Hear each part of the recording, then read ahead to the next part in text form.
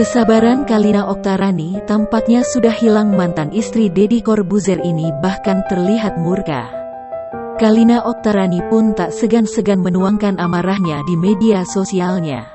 Ia menyinggung satu cowok. Diduga lelaki tersebut adalah sang mantan suami, yakni Vicky Prasetyo.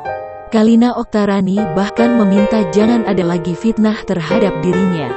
Bahkan sebelumnya, belak-belakan Kalina pernah menyebut Vicky Prasetyo selingkuh dan punya banyak utang. Ia juga menuding Vicky memanfaatkan ibunya yang sakit untuk konten dan pencitraan belaka.